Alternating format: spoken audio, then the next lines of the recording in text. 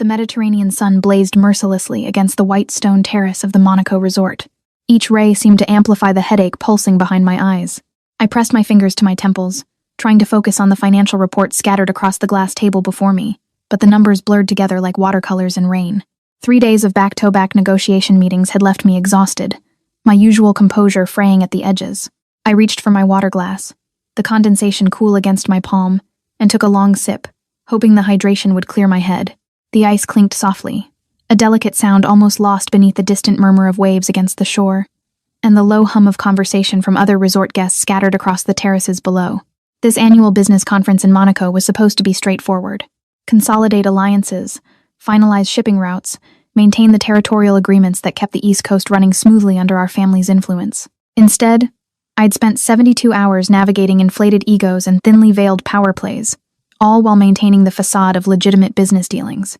My phone buzzed against the table, Enzo's name illuminating the screen with a curt message. Meeting with the Calabra family moved to 4 p.m. Dress code formel. Don't be late. I suppressed a sigh. Enzo Moretti, at 34, was the most meticulous, demanding, and if I was being honest, intimidating boss I'd ever worked for. As his personal secretary for the past 2 years, I'd learned to anticipate his needs before he voiced them, to read his moods in the subtle tightening of his jaw, or the dangerous softness that crept into his voice when someone tested his patience. Working for a man who controlled half the East Coast's underground operations required a particular kind of discretion, a willingness to see without truly seeing, to know without acknowledging what I knew. The heat was becoming unbearable. I could feel sweat beading at my hairline, trickling down the back of my neck beneath the severe bun I'd twisted my dark hair into that morning.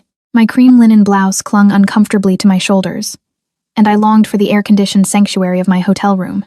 But Enzo had asked me to review these quarterly reports before the Calibra meeting, and I'd learned quickly that his requests were actually commands wrapped in courteous language. I was so absorbed in deciphering a particularly convoluted shipping manifest that I didn't notice Marco's approach until his shadow fell across my papers, mercifully blocking the sun's assault. His deep voice rumbled with concern, saying, "Miss Russo, you're going to burn."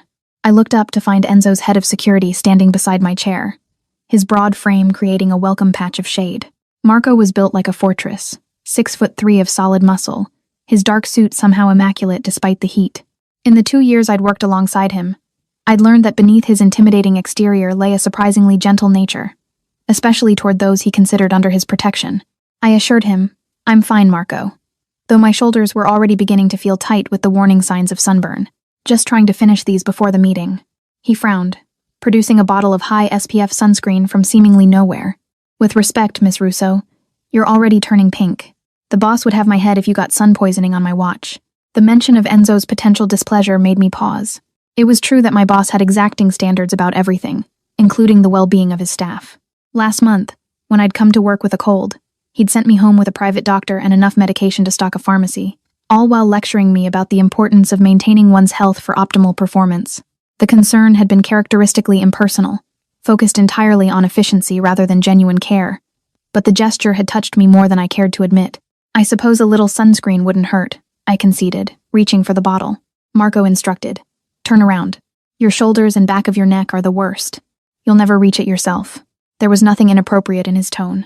Marco treated me with the same protective professionalism he extended to all of Enzo's trusted inner circle. Still, I hesitated for a moment before complying, setting down my pen and shifting in my chair to present my back to him. The sunscreen was blessedly cool against my heated skin as Marco worked it across my shoulders with surprising gentleness for hands that I'd seen break a man's arm without apparent effort. His touch was entirely clinical, efficient, as he spread the lotion across the exposed skin at the nape of my neck, where my bun left me vulnerable to the sun's assault. He said after a moment, his voice carrying satisfaction, "There. That should protect you for the next few hours at least. You really should wear a hat though, Miss Russo. This Mediterranean sun is no joke." I turned back to face him, offering a grateful smile. "Thank you, Marco. I'll remember that tomorrow." A voice cut through the air like a blade, cold, sharp, and absolutely lethal in its quiet intensity, asking, "Is this work?" I froze, every muscle in my body going rigid as recognition sent ice flooding through my veins despite the heat. Enzo stood in the terrace doorway, backlit by the interior shadows of the resort, his tall frame rigid with something I couldn't quite identify. At 34, he commanded attention without effort. Dark hair impeccably styled, his custom-tailored charcoal suit fitting his athletic build perfectly, despite the heat, steel-gray eyes that missed nothing. But it was the set of his jaw, the dangerous stillness in his posture that made my breath catch. Marco straightened immediately, his hand falling away from my shoulder as though burned. He started, "Boss, I was just..." Enzo interrupted, his gaze fixed on me rather than his security chief. I asked, "If this is work, Elena?" There was something in his tone, something beneath the surface ice that I'd never heard before. In 2 years of working closely with him, I'd learned to read the subtle variations in his voice, the particular timbre that preceded violence against those who crossed him, the slight warming when he was genuinely pleased with something, the absolute frost that indicated someone had made a catastrophic error in judgment. But this was different. This carried an edge I couldn't quite identify, something almost personal. Something possessed me in that moment. Perhaps it was the heat, or the exhaustion from 3 days of endless meetings, or the way the sun had made me lightheaded. Perhaps it was the romance novel I'd hidden in my desk drawer back in New York, its pages dog-eared from rereading my favorite scenes of fictional heroines who dared to challenge powerful men. Perhaps it was simply that working so closely with Enzo for 2 years had worn down some of my natural caution, made me forget the very real danger that lurked beneath his civilized exterior. Whatever the reason, I found myself meeting his gaze directly, a small smile tugging at the corner of my mouth despite the warning bells clanging in my head. I said softly, the words escaping before I could call them back. I didn't know the boss cared so much about my skin. The silence that followed felt like standing on the edge of a cliff, waiting to see if the ground would hold or crumble beneath my feet. Marco went absolutely still beside me, and I could practically feel his shock radiating outward.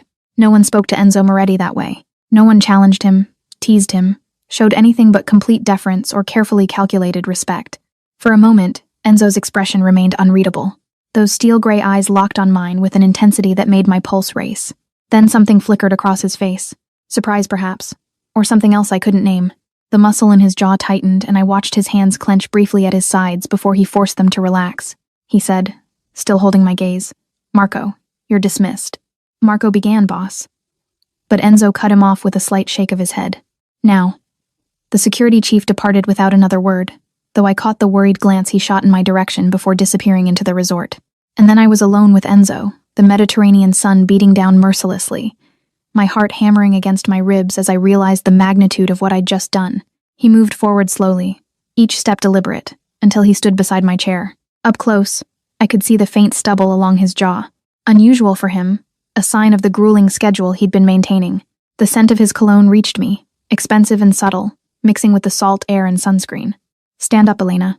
It wasn't a request. I rose on unsteady legs, having to tilt my head back to maintain eye contact. At 5'4", I'd always felt small around him, but never more so than now, with less than a foot of space separating us. He said quietly, his voice carrying a dangerous edge that made my skin prickle. "In 2 years, you have never once spoken to me with anything less than perfect professionalism. So, I'm going to ask you again, and I suggest you consider your answer very carefully. Was that comment work? I should have apologized. Should have lowered my gaze, stepped back, returned to the safety of our carefully maintained professional distance. That would have been the smart thing, the safe thing. Instead, I found myself holding his stare, my chin lifting slightly in what I immediately recognized as a mistake. I heard myself ask, would the boss prefer I lie? The words were barely above a whisper. Something dangerous flashed in his eyes, gone so quickly I might have imagined it. He said, each word carefully measured, "What I prefer is understanding why my secretary, my efficient, professional, always appropriate secretary, suddenly has the audacity to mock me." I began.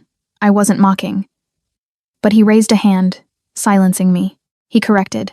"You were," though there was no heat in his voice now, just that same unreadable intensity. "The question is, why? Have I been unclear about expectations? Has someone given you reason to think such behavior is acceptable?" "No, sir. I faltered, unable to explain even to myself what had possessed me. "I apologize. It won't happen again."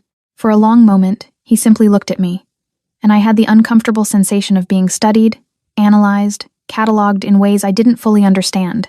Then, without warning, he reached past me to gather the scattered reports from the table, his arm brushing my shoulder in the process.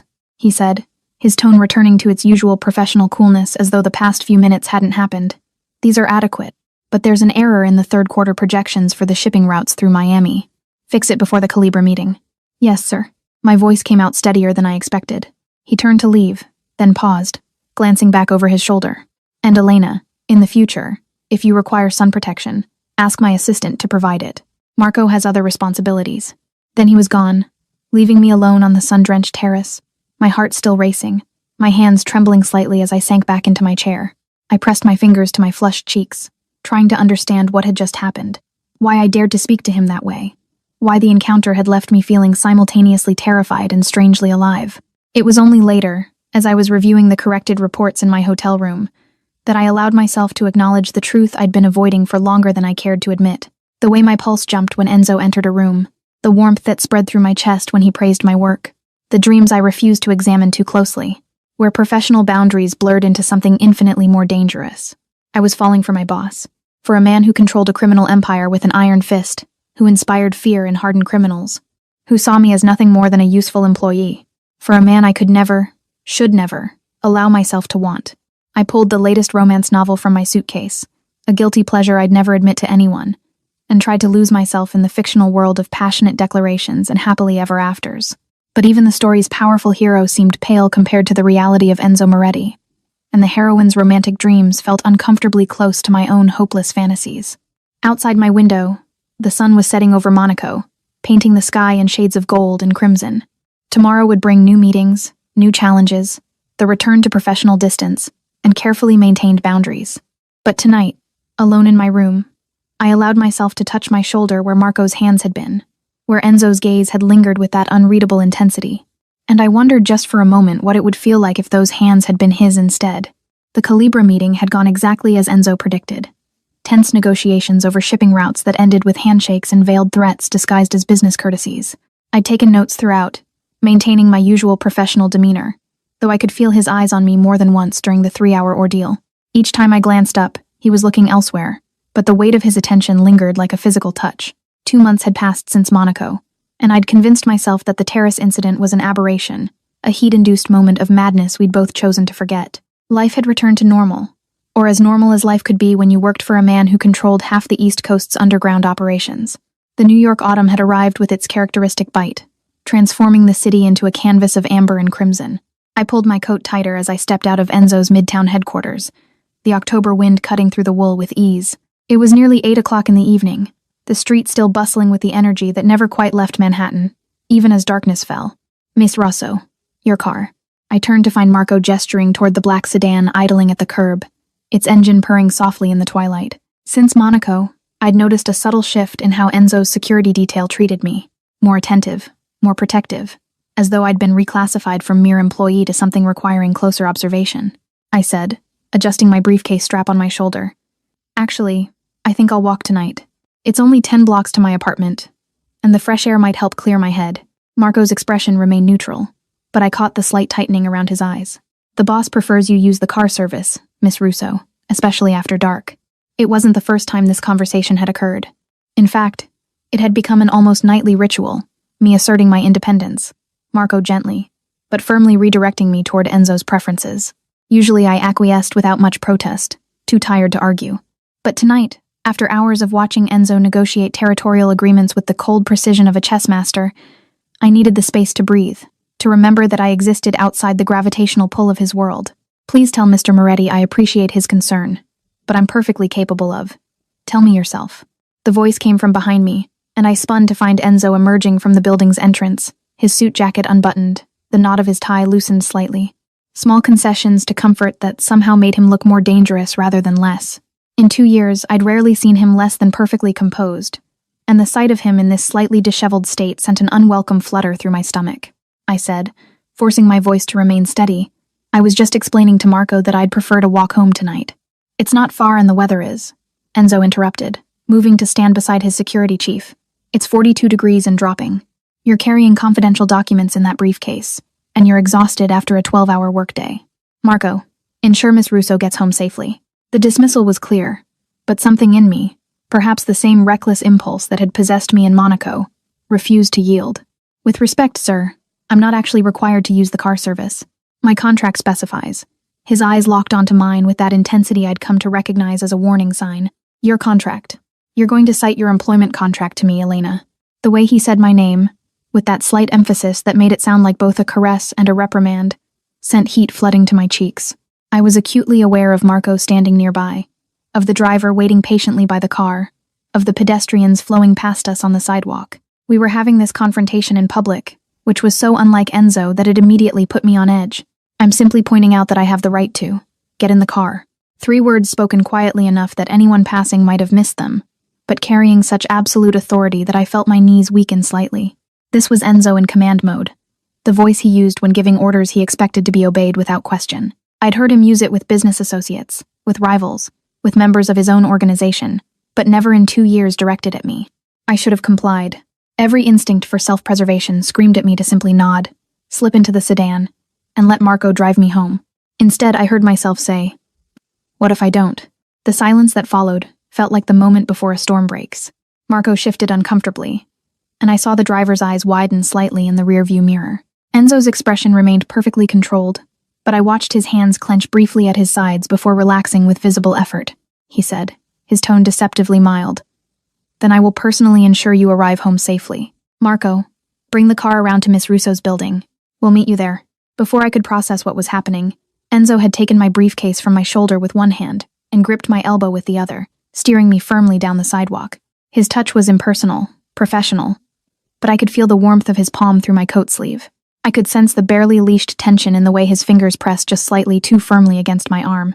I managed to say, trying to ignore how my pulse jumped at his proximity, "You're being ridiculous. I don't need an escort for a 10-block walk," he replied, his long strides forcing me to quicken my pace to keep up. "Clearly you do, since you seem incapable of making sensible decisions about your own safety." We walked in charged silence for half a block before I found my voice again. "I've been walking these streets for 3 years without incident. I'm perfectly capable of." He didn't look at me as he spoke, his gaze fixed straight ahead, his jaw tight. "You're perfectly capable of many things, Elena, but understanding the reality of your position isn't one of them." The words stung more than they should have. "My position? You mean as your secretary?" he said, his voice dropping lower. "I mean as someone who works closely with me, as someone who has access to sensitive information, as someone whose safety is therefore a legitimate concern." There was something in his tone that made me look up at him more closely. In the glow of the streetlights, I could see the tension etched in the lines of his face, the way his free hand had formed a fist in his coat pocket. He was genuinely worried, I realized with a start. Not annoyed at my defiance, not asserting dominance for its own sake, but actually concerned about something happening to me during a simple walk home. The realization softened something in my chest, made my voice gentler when I spoke again. "I'm sorry. I didn't mean to worry you." He glanced down at me then, surprise flickering across his features before his expression shuddered again. "I'm not worried. I'm ensuring operational security." But the slight flush along his cheekbones, barely visible in the dim light, suggested otherwise. We'd made it 6 blocks in silence when a voice called out from behind us. "Excuse me, miss. I think you dropped this." I turned to find a young man in his 20s, jogging toward us, holding what looked like a scarf. He was handsome in a boyish way, with an easy smile and kind eyes, dressed in the casual style of a graduate student or young professional, completely harmless. I began, "Oh, that's not." But the man had already reached us, holding out the scarf with a sheepish grin. "My mistake. Could have sworn I saw it fall from your bag." His gaze lingered on me a moment longer than strictly necessary, his smile widening, though I'm not entirely sorry for the error. "Would you happen to know if there's a good coffee shop around here? I'm new to the neighborhood." It was harmless flirting, the kind I encountered occasionally and always politely deflected. I opened my mouth to offer directions to the nearest Starbucks when I felt Enzo move. It was subtle, a shift in his posture, a slight angling of his body to place himself more directly between me and the stranger. His hand, which had released my elbow when we stopped, now settled at the small of my back, possessive and unmistakable in its message. "Enzo said," his voice carrying the kind of quiet menace that made the young man's smile falter, "the lady is occupied. I suggest you find your coffee elsewhere." The stranger's eyes widened as he finally seemed to register who he was talking to. Whether he recognized Enzo specifically or simply sensed the danger radiating from him, I couldn't tell, but he took a hasty step backward. "Right. Sorry, my mistake." He disappeared into the crowd with admirable speed. I turned to look at Enzo, whose hand still rested against my back, warm even through my coat. That was unnecessary. He was just being friendly. Enzo's jaw tightened. He was being interested. There's a difference. And if he was, I'm perfectly capable of declining a conversation without your intervention. His tone was dry, and when his eyes met mine, I saw something flickering in their depths that made my breath catch. "Clearly. Hence why you were smiling at him." I protested, though my cheeks heated at the accusation. I was being polite. It's called basic courtesy, not flirtation. Then you should recalibrate your understanding of how your courtesy is perceived. He resumed walking, his hand dropping from my back in a way that felt like both relief and loss. Men see what they want to see, Elena. Your friendliness can be easily misinterpreted as invitation. The presumption in his words ignited something in me. So I should be cold and dismissive to every stranger who speaks to me? Should I scowl at doormen and waiters too? Or is this special advice reserved for situations where I might accidentally smile at someone without your permission? He stopped walking so abruptly that I took 2 more steps before realizing he was no longer beside me. When I turned back, he was staring at me with an expression I'd never seen before. Not anger exactly, but something raw and unguarded that disappeared almost instantly behind his usual mask of control. He repeated, his voice soft and dangerous, without my permission. Is that what you think this is about? I admitted, frustration bleeding into my words. I don't know what this is about. You've never cared about my personal interactions before. In 2 years, you've never once commented on how I speak to vendors or clients or anyone else, so forgive me for finding your sudden concern rather suspicious. The streetlight above us flickered, casting his face in alternating shadow and light. When he spoke again, his voice had gentled, but the intensity remained. I've always cared about your safety, Elena. The difference is that recently I've become more aware of the threats to it. Something in his tone made my heart skip. What threats? Has something happened? Is there a specific? The words seemed pulled from him against his will. You happened, and I realized how vulnerable you are, walking around the city like you're invisible when you're anything but. I stared at him, trying to parse the meaning behind his words, my mind cataloging every inflection, every micro-expression. This was the most personal conversation we'd ever had, straying far from the carefully maintained boundaries of employer and employee. And the way he was looking at me, like I was a problem he couldn't solve, an equation that refused to balance, sent warmth flooding through my chest despite the October chill. I said softly, I'm not invisible, but I'm also not important enough to warrant this level of protection. I'm your secretary, not. He took a step closer, and suddenly the busy Manhattan street felt like it contained only the 2 of us. Not what? Not someone worth protecting? Not someone whose absence would matter? The question hung between us, loaded with implications I didn't dare examine too closely. My mouth had gone dry, and I struggled to formulate a response that wouldn't reveal too much of what I felt, what I'd been carefully hiding for months. I finally managed. We should keep walking. Marco will be waiting. Something flickered across his face. Disappointment, perhaps, or relief, before he nodded and resumed our journey. We completed the final blocks to my building in silence, but it was a different quality of quiet now, charged with things unspoken. The black sedan was indeed waiting when we arrived, Marco standing beside it with his usual impassive expression, though I caught a flicker of curiosity in his eyes as he took in our silent approach. I said formally, reaching for my briefcase, Thank you for walking me home, though I still maintain it was unnecessary. Enzo handed over the briefcase, but didn't immediately release it when my fingers closed around the handle, forcing me to meet his gaze. He said quietly, Humor me. Use the car service for my peace of mind, if nothing else. The personal plea, so unlike his usual commands, undid me completely. All right, I conceded. I'll use the car service. Satisfaction briefly softened his features before the professional mask snapped back into place. Good. I'll see you tomorrow morning, 8 o'clock sharp. We have the Cordova meeting. I nodded and turned toward my building's entrance, acutely aware of his gaze following me until I disappeared through the doors. It was only when I was safely in the elevator, alone with my racing thoughts, that I allowed myself to really process what had happened. Enzo Moretti had walked me home, had physically intervened when another man showed interest, had looked at me like I was something precious, something worth protecting, even if he couldn't or wouldn't acknowledge why. In my apartment, I dropped my briefcase by the door and moved to the window, looking down at the street below. The sedan was pulling away, taking Enzo back to whatever business occupied his evenings. I pressed my forehead against the cool glass, my reflection ghostly in the darkness. This was dangerous. Not the physical danger of working for a crime boss, but something far more threatening to my carefully maintained equilibrium. I was falling deeper into feelings I couldn't afford, for a man who saw me as a responsibility rather than a possibility. I pulled my current romance novel from my nightstand, a story about a bodyguard and the woman he protected, their professional relationship evolving into passion. The parallels to my own situation were almost painful, but unlike the heroine in my book, I couldn't indulge in fantasies of reciprocation. Enzo's protection was about operational security, about maintaining control over his organization, nothing more. I was repeating this truth to myself as I drifted off to sleep, trying to ignore the warmth that still lingered where his hand had rested against my back, the way his eyes had darkened when he'd said, You happened, trying to ignore the dangerous hope blooming in my chest, despite every rational reason to crush it before it could fully flower. 4 months after the walk home, winter had seized New York with icy determination. I stood in Enzo's private office on the 42nd floor, watching snow drift past the floor-to-ceiling windows as he conducted a phone conversation in rapid Italian. His back was to me, one hand thrust in his pocket, the other holding his phone with barely controlled tension evident in the rigid line of his shoulders. The past months had been a masterclass in restraint.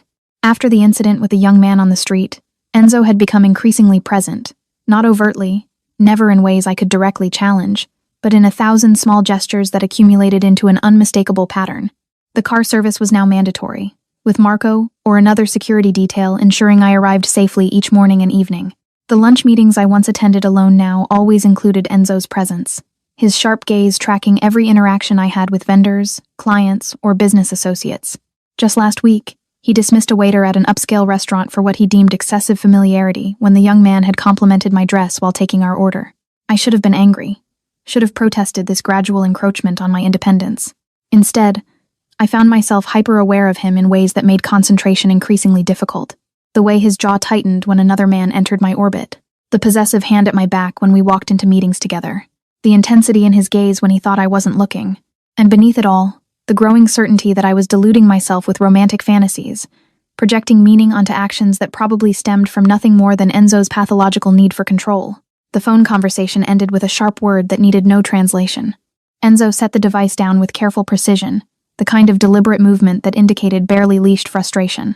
I asked, setting aside the quarterly reports I'd been reviewing, "Problem?"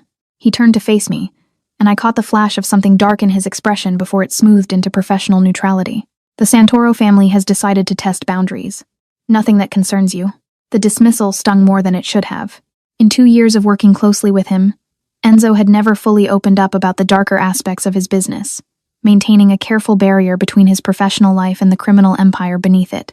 I understood the reasoning, plausible deniability, protection through ignorance.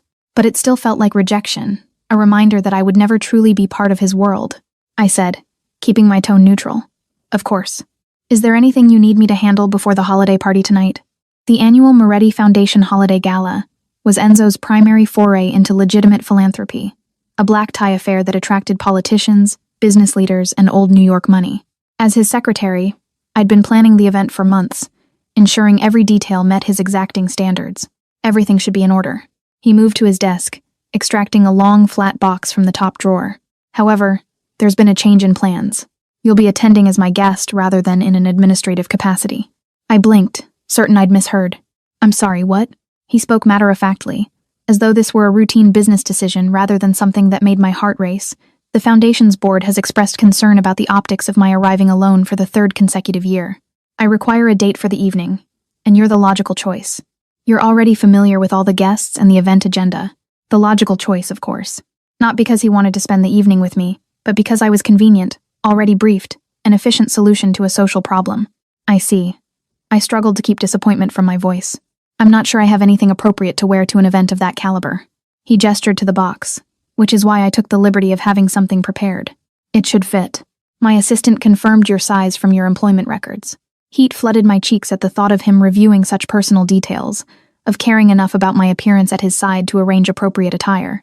I approached the desk slowly, lifting the lid to reveal a gown in midnight blue silk, its elegant lines and subtle beading speaking to both restraint and luxury. It was breathtaking. I protested, even as my fingers itched to touch the fabric. "This is too much. I can't accept." His tone brooked no argument. "It's a work requirement, not a gift. You represent the Moretti organization tonight.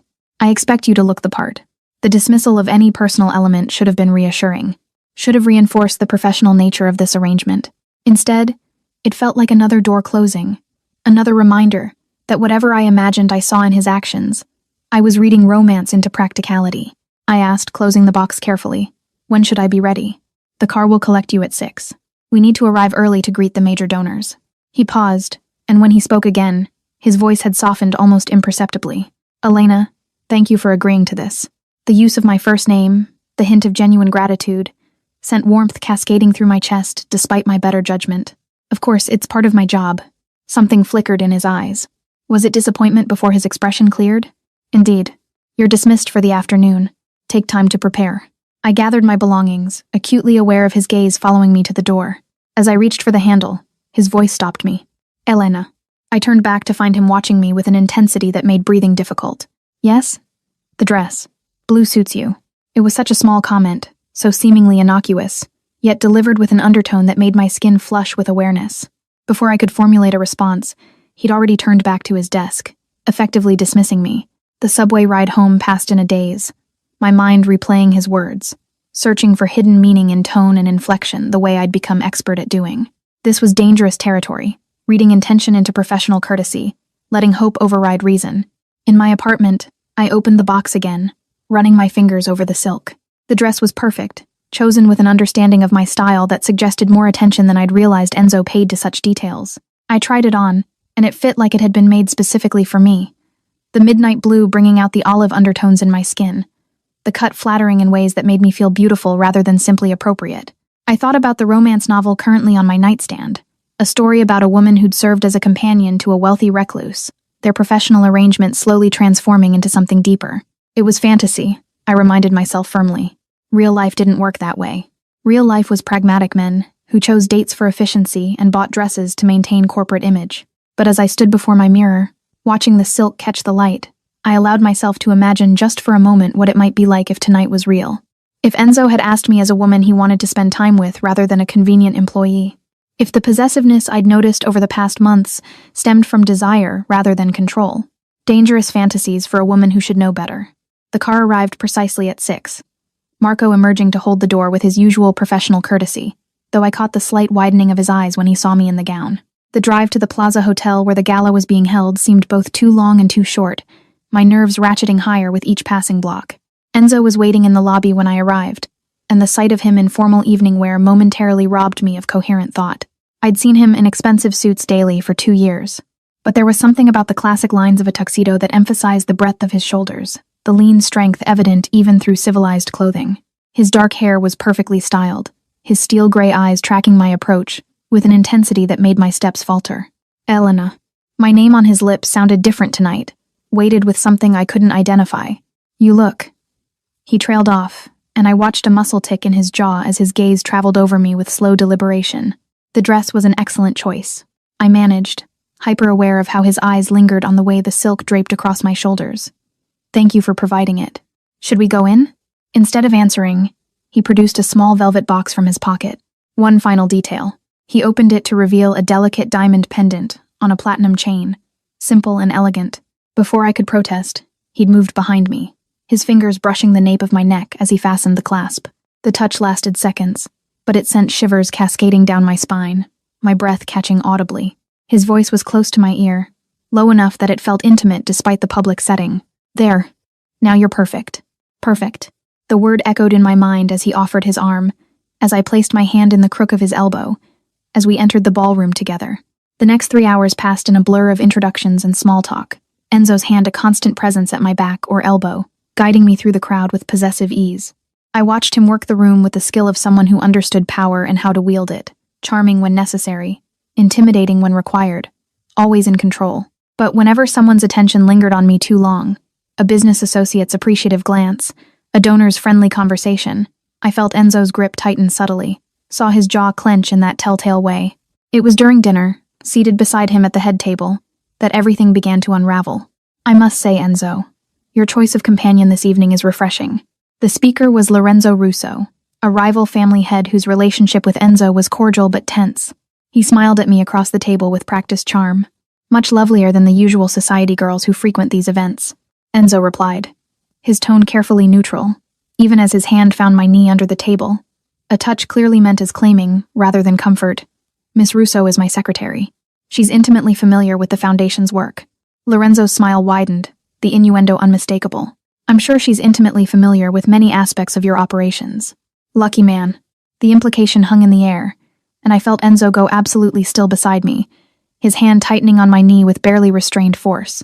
When he spoke, his voice carried the kind of quiet menace I'd heard him use with those who'd made catastrophic errors in judgment. I'd choose your next words very carefully, Lorenzo. The temperature at the table seemed to drop several degrees. Lorenzo's smile faltered as he seemed to register his mistake, his gaze darting between Enzo and me with dawning realization. He said quickly, my apologies. I meant no disrespect to Miss Russo, simply admiring Enzo's excellent taste in all things. The moment passed, conversation resuming around us, but Enzo's hand remained on my knee, his touch burning through the silk of my dress. I risked a glance at his profile, finding his jaw clenched, his eyes fixed straight ahead with barely controlled fury. I whispered low enough that only he could hear. "Are you all right?" He turned to look at me then, and the intensity in his gaze stole my breath. "Did he make you uncomfortable?" The question surprised me. Not the words themselves, but the genuine concern beneath them, the barely leashed protectiveness that had nothing to do with professional courtesy. I assured him softly, "I'm fine." It's not the first time someone's made assumptions about working relationships. His voice was low, dangerous, and his hand finally lifted from my knee, only to find my hand on the table, his fingers threading through mine in a gesture that was entirely too intimate for the public setting. It should be the last. You deserve better than crude innuendo from men who should know better. My heart hammered against my ribs as I stared at our joined hands, his thumb absently stroking across my knuckles in a way that couldn't possibly be unconscious. "Enzo, dance with me." It wasn't a question. He was already rising, drawing me with him toward the dance floor where other couples swayed to the string quartet. My mind screamed warnings. This was crossing lines, blurring boundaries, inviting complications neither of us could afford. But my traitorous body followed his lead as he guided me to the center of the floor. His hand settled at my waist, warm even through silk, while his other hand cradled mine against his chest. We began to move, and I was struck by how naturally we fit together, how his taller frame seemed designed to shelter mine, how right it felt to be held this way. He said after a moment, his voice rough, "I need to tell you something, about why I brought you tonight." My pulse jumped. "You said it was for the board, for appearances." I lead. The admission hung between us, weighted with implications that terrified and thrilled me in equal measure. Or rather, I told myself that was the reason. But the truth is, I wanted you here. Not as my secretary, not as a convenient solution to a social problem. As my date. The world seemed to tilt beneath my feet. "I don't understand." A humorless laugh escaped him. "Neither do I. For 6 months, I've been trying to rationalize this, telling myself my concern was professional. That the way other men look at you only bothers me because you're part of my organization. That wanting you close was about security rather than..." He trailed off, his grip on my waist tightening. "I've run a criminal life since I was 23, Elena. I've negotiated with the most dangerous men in 5 countries. And somehow you've become the thing I can't control, can't categorize, can't seem to function rationally around." My breath caught, hope and fear warring in my chest. "What are you saying?" "I'm saying that when I saw Marco touching you in Monaco, I wanted to break every bone in his hand, even knowing he meant nothing by it. I'm saying that every man who looks at you makes me want to eliminate competition in ways that would horrify you. I'm saying that I've been lying to myself for months, and I'm done pretending that this," he gestured between us, "is purely professional." The confession was so unexpected, so raw that for a moment I could only stare at him. Then reality crashed back, bringing with it all the reasons this was impossible. I whispered, though my body betrayed me by moving closer to his, "You're my boss. We can't." His hand moved from my waist to cut my face, his thumb brushing across my cheekbone with devastating gentleness. "Can't what? Can't acknowledge what's been building between us? Can't admit that you feel it too?" I forced myself to meet his gaze, even if I did. To be honest, even as it terrified me, "You're Enzo Moretti. You could have anyone. Why would you want your secretary? Someone ordinary." His laugh was genuine this time, though tinged with disbelief. "You think you're ordinary? Elena, you've challenged me in ways no one else dares. You see through my control, call me on my bluffs with that sweet smile that makes me forget why I should maintain distance. You're brilliant, kind, brave enough to walk alone at night despite my objections, stubborn enough to argue with a man most people fear. Nothing about you is ordinary." The sincerity in his words undid every defense I'd carefully constructed. I don't know what to say. He pulled me closer until mere inches separated us, until I could feel the warmth of his breath against my temple. "Then don't say anything. Just tell me I'm not alone in this. Tell me you feel even a fraction of what I feel and we'll figure out the rest." I should have lied, should have protected us both from the complications this would inevitably bring. But as I looked up into his eyes, seeing a vulnerability I'd never expected from him, the truth spilled out before I could stop it. I whispered, "You're not alone. You've never been alone in this." Something fierce and triumphant flashed in his expression. The hand cradling my face slid to the back of my neck, his fingers threading through my hair in a way that made me shiver. He was going to kiss me, here, in front of half of New York's elite, with no regard for discretion or consequences. And God help me, I wanted him to. But before his lips could meet mine, his phone vibrated insistently in his pocket. He froze, a muscle ticking in his jaw as he clearly debated ignoring it. Then, with visible reluctance, he released me, stepping back to check the message. Whatever he read drained the warmth from his expression, replacing it with cold fury. I have to go. There's been an incident that requires my immediate attention. The abrupt shift from intimate confession to professional crisis left me reeling. What kind of incident? His voice had gone flat, carefully controlled. The kind that reminds me why involvement with me is dangerous. Marco will take you home. We'll discuss this later. Enzo. Not now, Elena. He was already moving away, signaling to Marco across the ballroom. Just go home. Be safe. And then he was gone, leaving me standing alone on the dance floor in a midnight blue dress and borrowed diamonds. My heart still racing from confession and near kiss, my mind struggling to process the whiplash of the past 10 minutes. Marco appeared at my elbow, his expression professionally blank. Miss Russo, the car is waiting. I followed him out of the ballroom in a daze, Enzo's words echoing in my mind. You're not alone in this.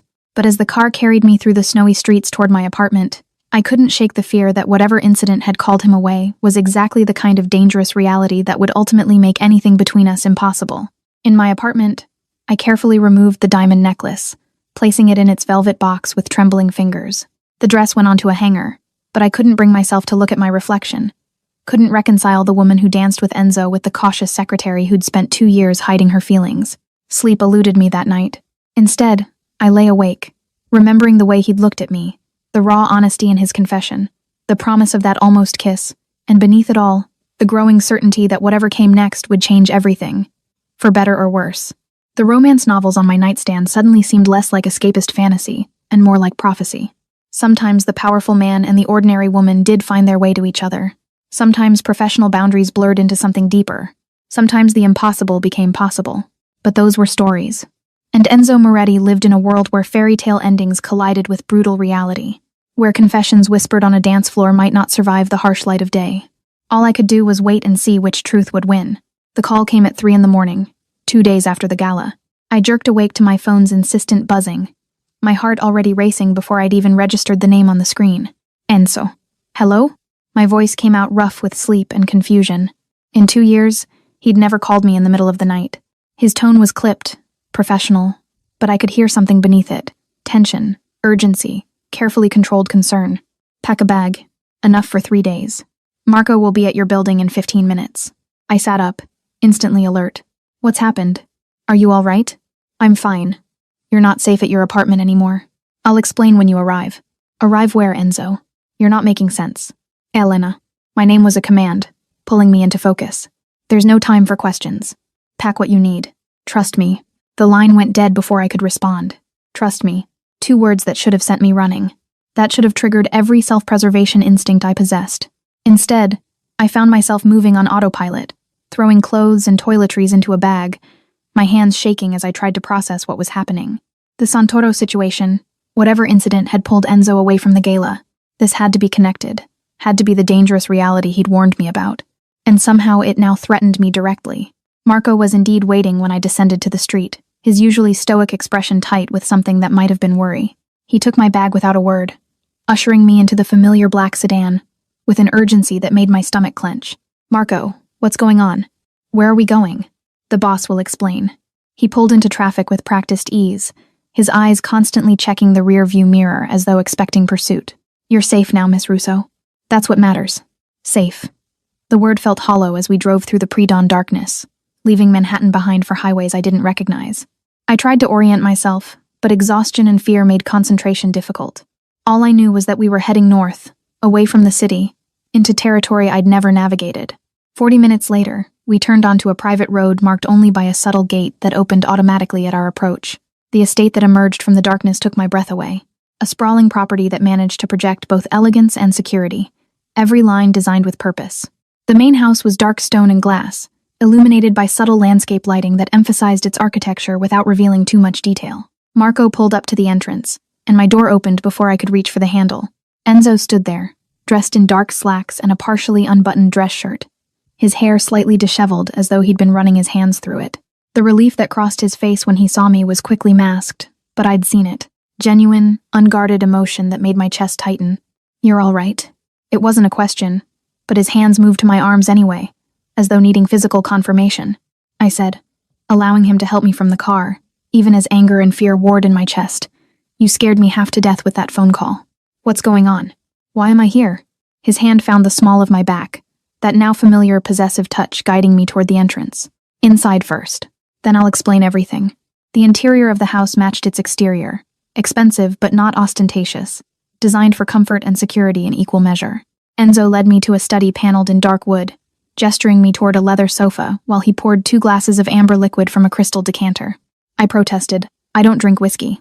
But he pressed a glass into my hands anyway. Tonight you do. Trust me. You'll want it. I took a small sip, the burn of expensive scotch clearing some of the fog from my mind. Enzo settled into the chair across from me, elbows on his knees, his gaze fixed on mine with an intensity that made breathing difficult. He began without preamble. The Santoro family has decided to escalate their challenge to my territory. 2 nights ago, they made a move against one of my operations. It failed, but in the process, they obtained information about my associations, including you. My fingers tightened on the glass. What kind of information? Enough to identify you as someone close to me. Someone whose absence or harm would be personally affecting rather than merely a business inconvenience. His jaw clenched. They've made it clear that you're now a potential target, a pressure point they might choose to exploit. The words should have terrified me, and part of me was terrified. But another part, the part that had been falling for this dangerous man for months, focused on something else entirely. I repeated softly, someone close to you. Is that what I am? His eyes darkened. After the gala, after what I told you, did you think I was speaking hypothetically? I thought you might reconsider in the cold light of day. Realize that involving yourself with your secretary was a complication you didn't need. He set his own glass aside, leaning forward until only inches separated us. Elena, the Santoro identified you as a vulnerability precisely because I haven't been as careful about hiding my interest as I should have been. The way I look at you, position myself near you, respond to other men's attention. It's apparently been obvious to anyone paying attention. Heat flooded my cheeks. I didn't realize. He reached out, his hand finding mine where it rested on the sofa, his thumb tracing patterns across my knuckles. Neither did I. Not until Lorenzo made that comment at the gala, and I nearly put him through a wall for implying you were anything less than deserving of absolute respect. I've spent my entire adult life maintaining control, keeping everyone at a calculated distance. And then you walked into that interview 2 years ago, so serious in your bargain suit, determined to prove you belonged in a world that clearly intimidated you. And somehow, without meaning to, you got under every defense I'd constructed. My breath caught at the raw honesty in his confession. What happens now? His grip on my hand tightened. Now you stay here under my protection, until the Santoro situation is resolved. This estate has security that rivals military installations. No one gets in or out without my knowledge. You'll be safe. For how long? As long as it takes. He paused, something vulnerable flickering in his expression. And potentially longer, if you're willing. The implication hung between us, weighted with possibility and danger in equal measure. You're asking me to move in with you. He lifted my hand to his lips, pressing a kiss to my knuckles that sent shivers cascading down my spine. I'm asking you to let me keep you safe. The rest we'll figure out together. I should have said no. Should have insisted on alternative arrangements, maintained professional boundaries, protected myself from the inevitable complications. Instead, I found myself nodding. My voice was barely above a whisper. Okay. Relief transformed his features, making him look younger, less burdened. I'll have your things moved from your apartment tomorrow. In the meantime, there are guest rooms. The words escaped before I could call them back, bold and reckless. I don't want a guest room. Not if this is real. Not if what you said at the gala was true. Something fierce and possessive flashed in his eyes. Elena, you should understand what you're agreeing to. I'm not a man who does casual involvement. If we cross this line, then we cross it. I set my whiskey glass aside, suddenly certain despite all the rational reasons to hesitate. I'm tired of pretending, Enzo. Tired of hiding how I feel. Of watching you from a distance. Of going home alone every night when all I want is to be close to you. He was moving before I'd finished speaking, pulling me into his arms with a desperation that stole my breath. His mouth found mine in a kiss that was nothing like the gentle almost kiss from the gala. This was hungry, demanding, 2 years of restraint shattering in an instant. I responded with equal fervor, my fingers threading through his hair as he deepened the kiss, his hands spanning my waist, then sliding up my back to press me closer. He tasted like whiskey and want, like promises and danger, and I couldn't get enough. When we finally broke apart, both breathing hard, he rested his forehead against mine. His voice was rough, strained. Are you sure? Once we do this, there's no going back to how things were. I cupped his face in my hands, making him meet my gaze. I don't want to go back. I want to move forward, with you. What followed was a blur of sensation. Enzo lifting me effortlessly, carrying me through the house to the master suite, lowering me onto silk sheets with a reverence that made my heart ache. He undressed me slowly, as though savoring each revealed inch of skin, his touch alternating between gentle and possessive, in ways that left me trembling. When he finally made me his completely, it was everything the romance novels had promised, and nothing like them at the same time. Raw and real, tender and consuming, a claiming that went far deeper than physical. Afterward, as I lay in his arms, my head on his chest, listening to his heartbeat slowly return to normal, reality began to intrude on the haze of satisfaction. I asked quietly, "What happens in the morning? Do I go back to being your secretary? Do we pretend this didn't happen?" His arms tightened around me. He pressed a kiss to my hair. "In the morning, you become something far more important than my secretary. You become mine. Publicly, unmistakably mine. No more hiding. No more pretending. The organization will adjust. They'll have to." His voice carried the absolute authority I'd come to associate with his commands. Anyone who has a problem with it will learn to keep their objections to themselves. I should have been worried about the complications this would create. Instead, I felt only relief. The weight of months of secret longing finally lifted. I said, tracing patterns on his chest with my fingertips, "I need to tell you something. About why I accepted this so easily. Why I'm not more frightened by everything you've told me tonight. Tell me." The confession spilled out, easier now that we'd crossed so many other lines. "I've been half in love with you since Monaco. Maybe longer. Every time you got possessive. Every time you positioned yourself between me and other men. Every small gesture of protection. I knew I should be annoyed, should assert my independence, but instead I'd go home and replay it in my mind, adding it to the collection of moments that made me hope you might feel something too." His hand found my chin, tilting my face up to meet his gaze. "Half in love?" I corrected, my cheeks heating, all the way in love. I just didn't want to admit it fully, even to myself. His smile was fierce, possessive. "Good, because I'm not letting you go, Elena. Not now, not ever.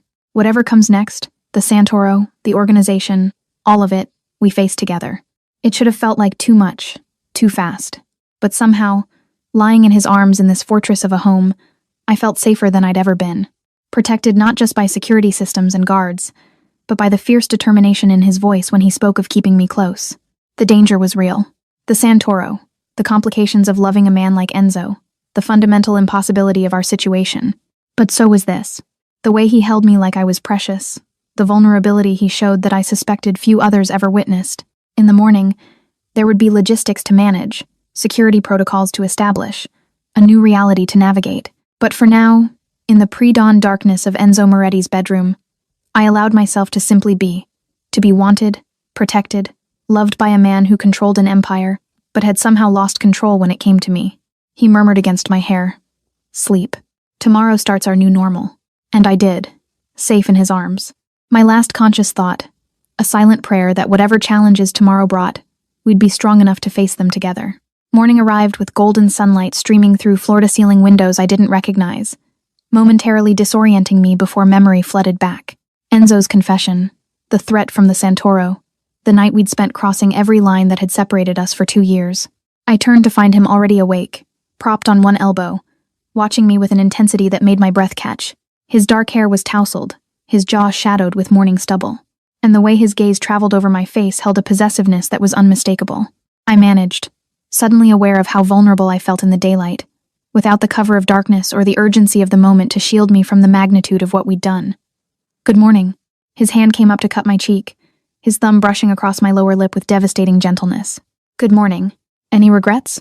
The answer came without hesitation, surprising us both with its certainty. "No, only that I wasted 2 years maintaining distance when I could have had this." He leaned in to kiss me, soft and lingering, before pulling back with visible reluctance. "But we need to talk about practicalities, your position, the organization, how we move forward." Reality crashed back, bringing with it all the complications I'd ignored in the heat of the moment. "I can't be your secretary anymore. Not if we're..." He sat up, the sheets pooling at his waist in a way that made concentration difficult. "No, you can't. Which is why I'm promoting you. The Moretti Foundation needs a new director, someone who understands my vision, who can manage both the legitimate operations and navigate the complexities of our actual business model." I blinked, trying to process the offer. "You want me to run the foundation?" His expression was serious, professional, despite our state of undress. "You've been essentially running it for the past year anyway, managing the gala, coordinating with board members, overseeing grant distributions. The only difference is that now it will be official, with appropriate compensation and authority to match the responsibility. People will talk. They'll assume I got the position because of this." I gestured between us. His voice hardened, taking on the edge I recognized from business negotiations. Let them assume what they want. You're more than qualified. Anyone who questions your credentials will answer to me. The fierce protectiveness in his tone sent warmth flooding through my chest. And the Santoro situation. How long do I need to stay here? Something flickered in his expression. Hesitation, calculation, the weighing of truths. The Santoro have been dealt with. What does that mean exactly? He said carefully. It means that as of last night, they're no longer in a position to threaten anyone under my protection. The details aren't something you need to concern yourself with. Translation: whatever he'd done had been violent enough that he wanted to shield me from it. Part of me appreciated the consideration. Part of me recognized that this was the reality of loving a man like Enzo. There would always be shadows I couldn't fully see into. Actions taken to protect me that I might prefer not to know about. So, I could go back to my apartment if I wanted to. His jaw tightened. You could, but I'd prefer you didn't. Why?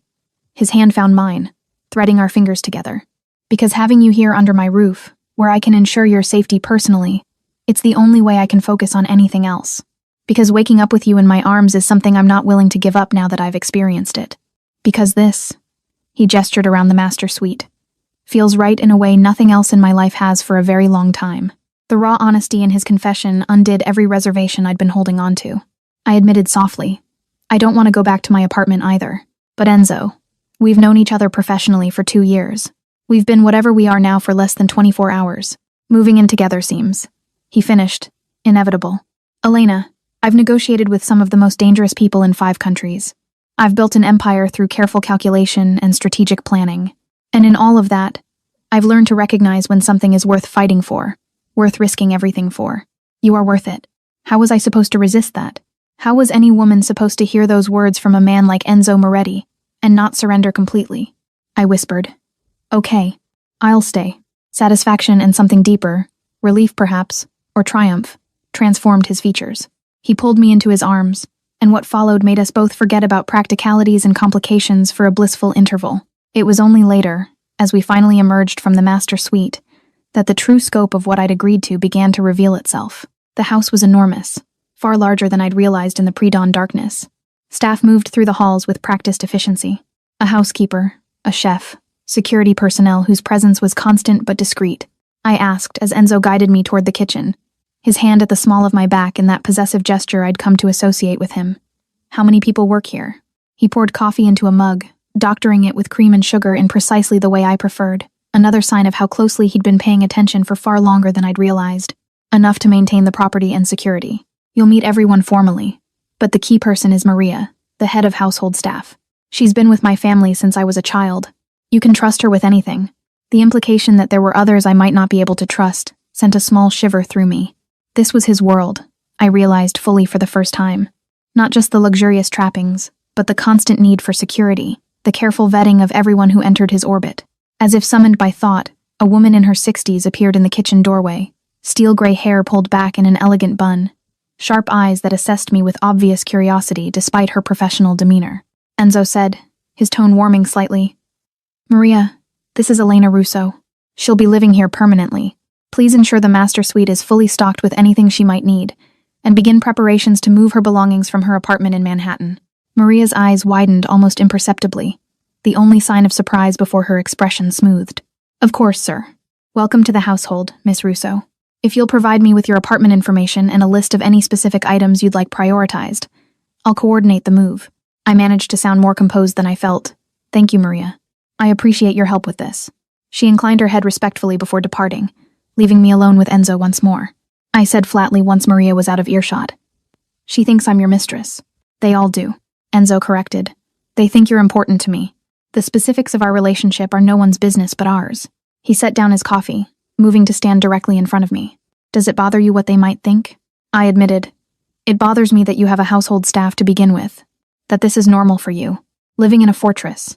Having people anticipate your every need. Existing in this world of luxury and danger. I'm a secretary from Queens who shops at Target and takes the subway. He supplied, his hands coming to rest on my shoulders. This is overwhelming. I understand. But Elena, you're not just a secretary from Queens. You never were. You've been handling confidential information for a criminal organization for 2 years without flinching. You've navigated social situations with politicians and business leaders with grace. You reorganized the foundation's entire grant structure and increased its efficiency by 40%. You're far more capable of thriving in this world than you give yourself credit for." The confidence in his voice, the absolute certainty that I belonged here, made something warm bloom in my chest. "You really believe that?" His thumbs stroked along my collarbones, the touch grounding. "I know that, and I'll be here to help you adjust, to answer questions, to support you however you need. You're not alone in this, Elena. Not anymore." The following week passed in a blur of adjustment. True to his word, Enzo had my belongings moved from my apartment, though moved was an understatement for what actually occurred. A team of professionals packed everything with meticulous care, cataloged each item, and transported it to the estate, where it was unpacked and organized in closets and drawers that were absurdly spacious compared to my former cramped quarters. The foundation directorship became official at a board meeting I attended with Enzo, enduring the speculative glances of members who clearly understood exactly why I'd been elevated.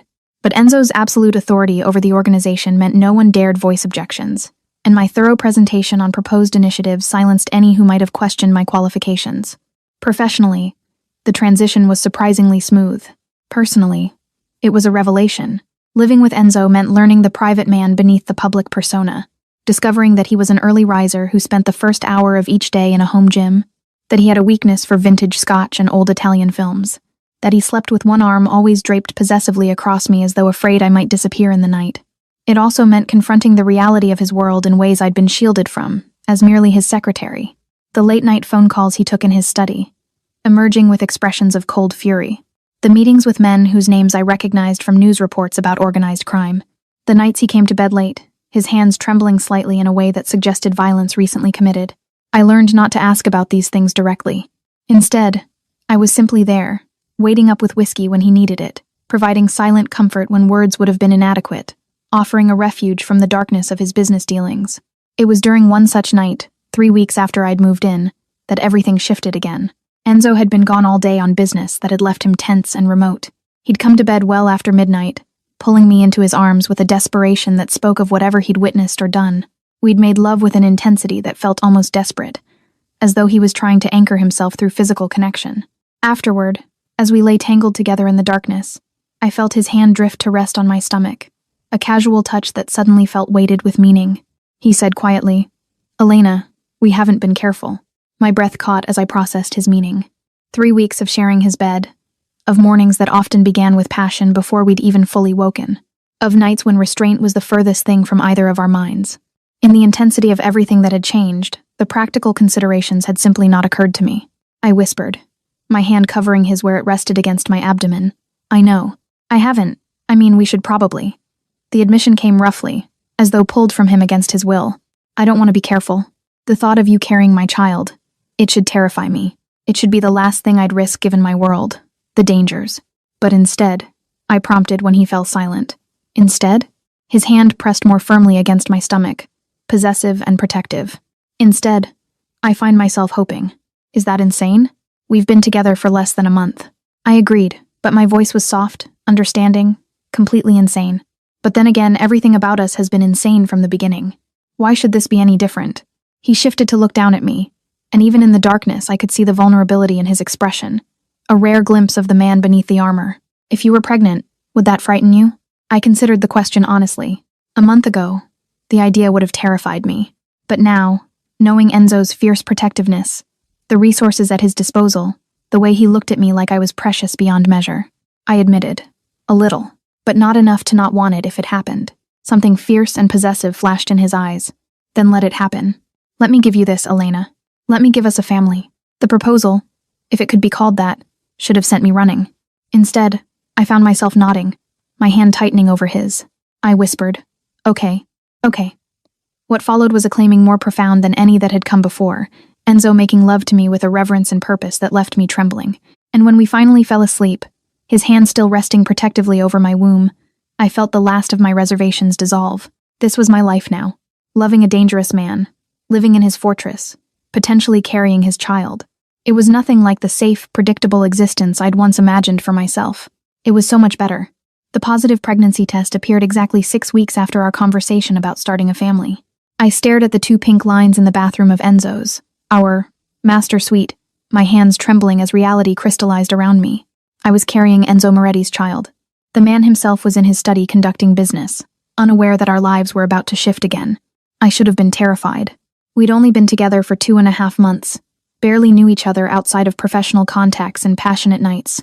But instead, I felt only fierce joy and an overwhelming need to tell him. I found him bent over his desk, reviewing what looked like shipping manifests, his reading glasses perched on his nose in a way that made him look almost scholarly. He glanced up as I entered, and whatever he saw in my expression made him immediately set aside his work. "What's wrong?" He was around the desk in seconds, his hands on my shoulders, searching my face with concern. "Nothing's wrong." I couldn't suppress the smile that broke across my face. "Everything's right. Actually, I'm pregnant."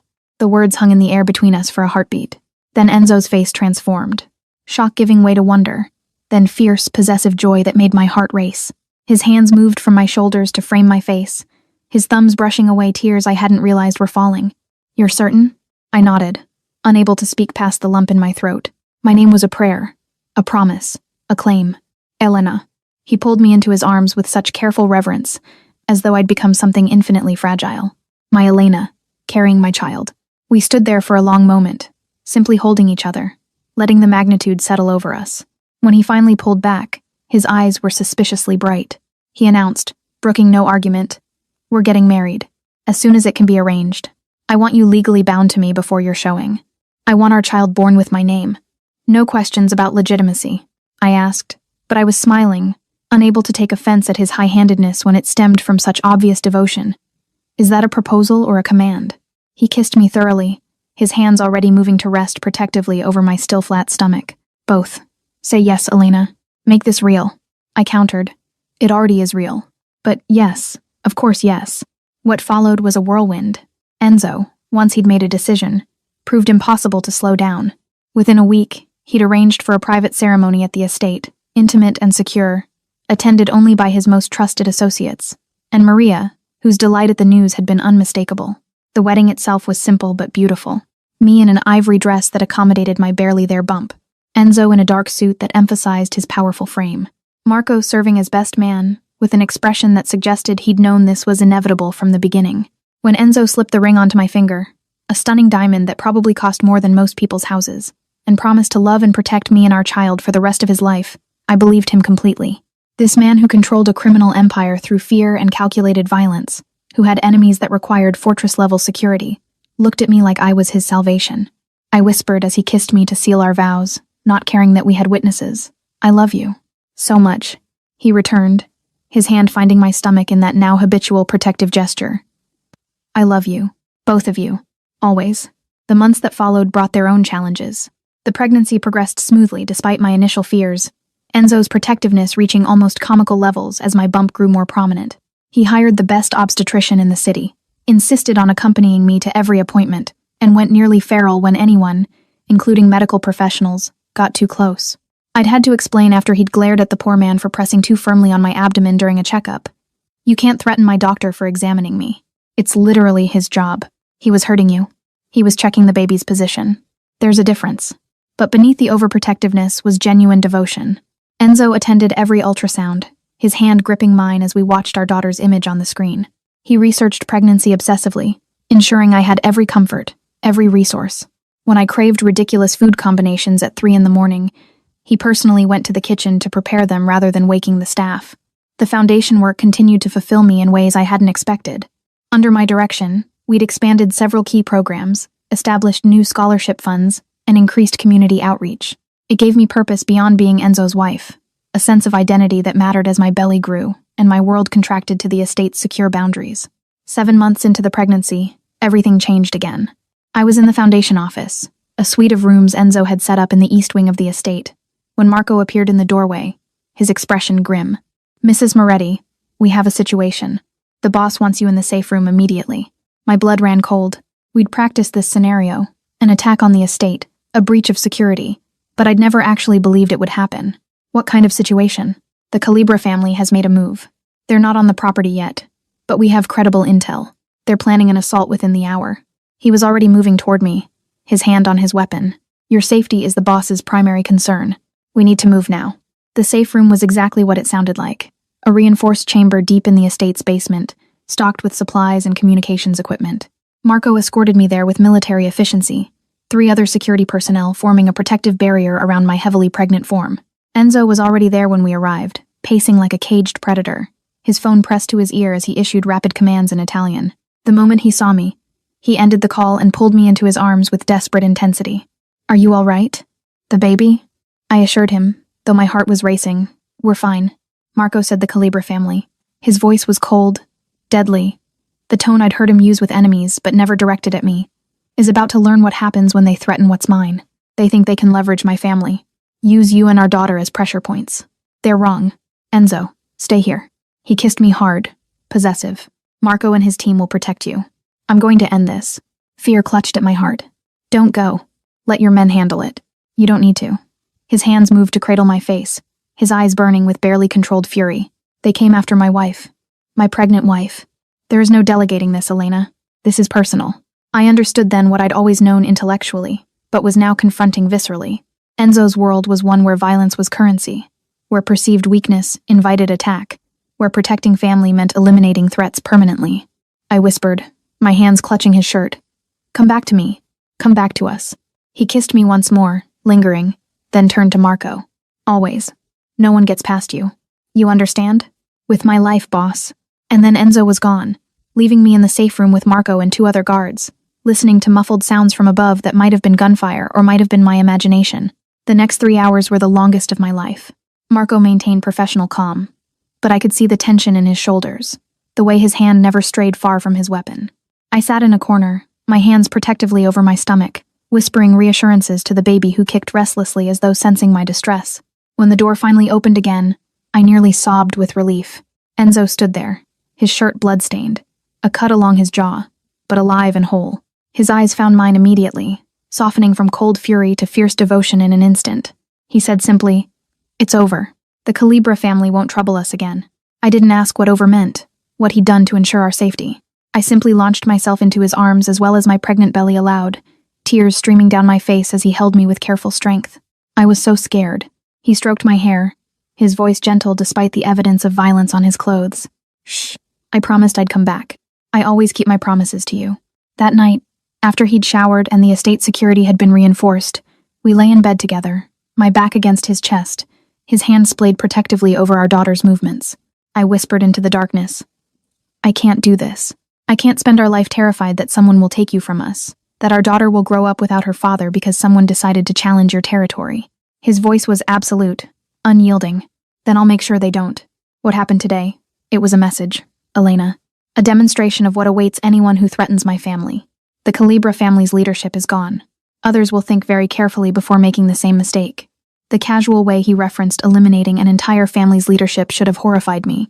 Instead, I felt only relief that the threat was neutralized, that we were safe. I asked, only half joking, "What have you turned me into?" 2 years ago, I would have been appalled by all of this. Now I'm just grateful you're ruthless enough to protect us. He replied, his lips brushing my temple. "You've always had steel in you. I just gave you permission to acknowledge it, to stop pretending you're soft when you're anything but." Perhaps he was right. Perhaps loving a man like Enzo Moretti had simply revealed aspects of myself I'd been suppressing. The willingness to embrace moral complexity, to prioritize family over abstract principles, to find strength in fierce devotion rather than conventional virtue. Our daughter was born 6 weeks later, arriving 3 weeks early, but perfectly healthy. Enzo was there for every moment, holding my hand through labor, cutting the umbilical cord with trembling hands, cradling his daughter with a tenderness that brought tears to my eyes.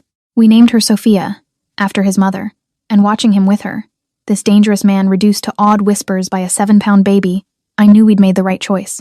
The christening occurred 2 months later, an intimate gathering at the estate. Marco served as godfather, his usual stoicism cracking into genuine emotion as he held Sophia during the ceremony.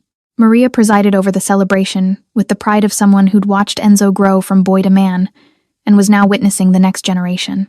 As I stood beside my husband, our daughter in my arms, surrounded by the unusual family we'd assembled, I thought about the journey that had brought us here. From that moment on the terrace in Monaco, through months of hidden feelings and professional distance, to the night everything changed. Enzo murmured, his arm around my waist, his free hand gently touching Sophia's cheek. "Happy?" I admitted, leaning into his strength, deliriously. Though, if you'd told me 2 years ago that I'd end up married to my boss, living in a fortress, and madly in love despite everything, he finished, you wouldn't have believed it. Neither would I. But Elena? He turned me to face him, his gray eyes holding mine with that intensity I'd never quite grown accustomed to. You're the best thing that ever happened to me. You and Sophia. My family. My world. I kissed him, soft and lingering, our daughter cradled safe between us. This life wasn't what I'd planned. It was complicated and dangerous, built on foundations that would horrify conventional society. But it was ours, and I wouldn't change a single moment of it. Years later, when Sophia was old enough to ask how Mommy and Daddy met, I'd tell her a carefully edited version, leaving out the Monaco incident, the dangerous possessiveness, the criminal empire. I'd simply say that sometimes love finds you in unexpected places with unexpected people, and the only thing that matters is having the courage to reach for it when it does. And when she was much older, maybe I'd tell her the whole truth, that sometimes the most dangerous thing isn't falling for the wrong man, but denying what you feel because it doesn't fit the story you thought you were supposed to live. I'd chosen the dangerous man, the complicated love, the life that required fortresses and bodyguards and moral compromises, and I'd never been happier.